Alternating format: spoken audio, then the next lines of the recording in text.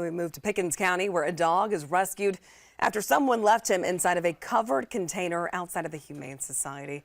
This dog right here, that's Clover. You can see peeking out from that box. He was found covered in fleas and sores.